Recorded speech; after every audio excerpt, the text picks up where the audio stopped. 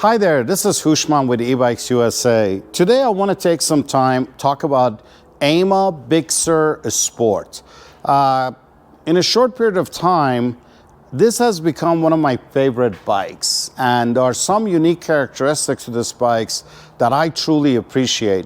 So when we receive these bikes, first we notice the size, fit, and finish, and the colors. These three bikes, so this particular model comes in black, which is more of a flat black. It comes in a white, which is more of a creamy white, a little bit of an eggshell off-white in it. And then it comes with this sea breeze blue. It's a beautiful blue. And frankly, we sell out of this blue one. I would say this is the best seller for us. Then it's white, then it's black, but they're all great colors. We noticed something very early on, that people that ride these bikes like them, and we started selling more of these bikes than some of the other brands that have similar specs, even have bigger batteries, some other like more heavy duty rack on them. These bikes sold better. So I started noticing a pattern that people were telling us that they are very smooth, the torque sensor is very smooth, they just go and everything is great. So I started looking into it, and I realized AIMA has done a great job of putting all Bafang components on it, the electronics on this. This is a Bafang motor, 750 watt motor. It's a 48 volt battery along with Bafang display, but also the torque sensor on this bike is Bafang branded. We have been testing bicycles that come with torque sensors, and we've noticed that these bikes, AIMA in particular, that uses all Bafang, they are a lot smoother than some of the other brands that we have, even though they're also torque sensor.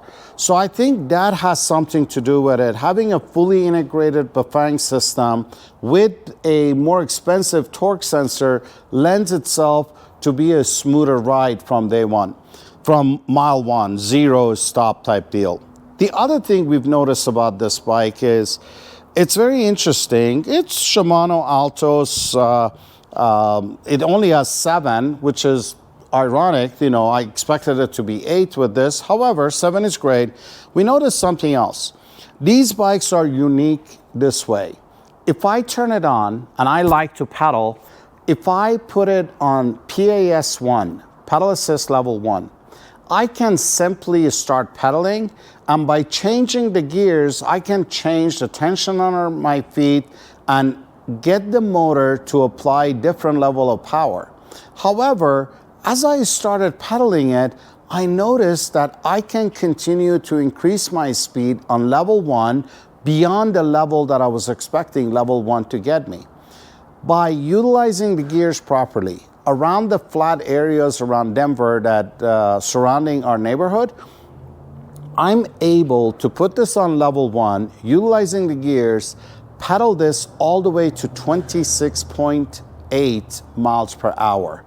No other bicycle in my store is capable of doing that. Some will allow me to use the pedal 1 to 18, 19 miles an hour. The reason for this is, number one, is that very smooth torque sensor.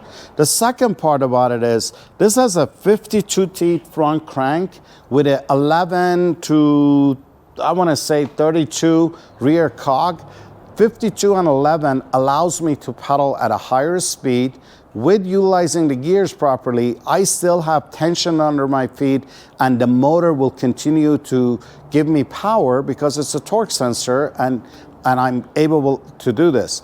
I did the same test with the AIMA Big Sur, the 26-inch fat tire bike, which is essentially the same power, and I'm only able to do that to 19 to 20 miles an hour. And the reason for it is it's a heavier bike, bigger wheels, and it has higher rolling resistance. The other factor is smaller wheels on this with that same 750 watt, 85 newton meter of torque. The smaller diameter lets more torque gets applied to the road, the tire contact, because of the smaller diameter versus the larger bike. This is very unique. It's a great feature. And now, as I explain this to our customers, they come back and they confirm what I thought. Between the smooth torque sensor and the ability to continue to pedal at a comfortable higher speed on level 1 makes it a great experience. So I took the bike out, and this time I said, what if I don't want to go 26 miles an hour and I only want to do 15, 14, 12? What I noticed is if I keep it on gear 6 or 7, yes, because I'm applying pressure, the motor will continue to go up.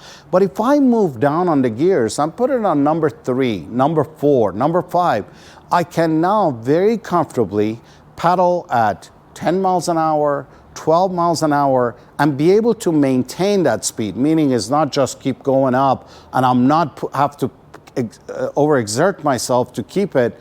The bike is very responsive. The way I describe these bikes, and this is based on the feedback from our employees, these bikes are short-footed, they are short-footed, meaning when I pedal, I'm confidently can pedal it and feel the motor respond to me. That's what we call short-footed. Also, feedback we're getting are some of our customers, a person who hasn't been on a bicycle in 20 years. It is very confident building because they now realize the bike is in tune with them and they can control this bike. It doesn't push them out. It doesn't get them going at too fast. They can regulate it with their feet. And the third part of it has to do with the keypad and the display. It doesn't have a complex display design. The keypad is very small. You can either go up or down on the power level. It doesn't have turn signals. So the feedback I got from some of the customers is very intuitive. It doesn't take much to figure out how to ride this bike. There is no special case where if you don't set it in the right position, it will throw you off. Those are some of the characteristics of this bike that I really like. And the only wish I had is this bike is too small for me where the seat collar is. And it's a fairly short seat post. I believe it's a 300 millimeter tall. I think this bike needs at the minimum 350 millimeter seat post. Either 400 would be even better so it can accommodate taller riders. It does have a very nice BMX style handlebar with nice grips. So the hand position isn't the problem. This bike right now, based on the demographics that have purchased this bike, we're selling these to a lot of female riders that want that smooth, not overpowering, overbearing bike. And if they're anywhere from 4'11" to 5'4", they would fit very comfortably on it. But for someone like me who's 5'8", I feel the seat is not tall enough. I would like to sit a little bit taller, and I only have a 30-inch inseam. So that kind of gives you an idea of the sizing. All in all, great packaging, love the bike. It really feels more of a luxury premium bike than a pickup truck.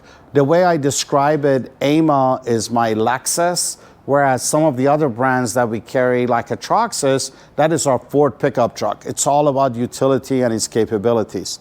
Great choice. Colors are lovely. Hope this is helpful. Let me know if you have any questions.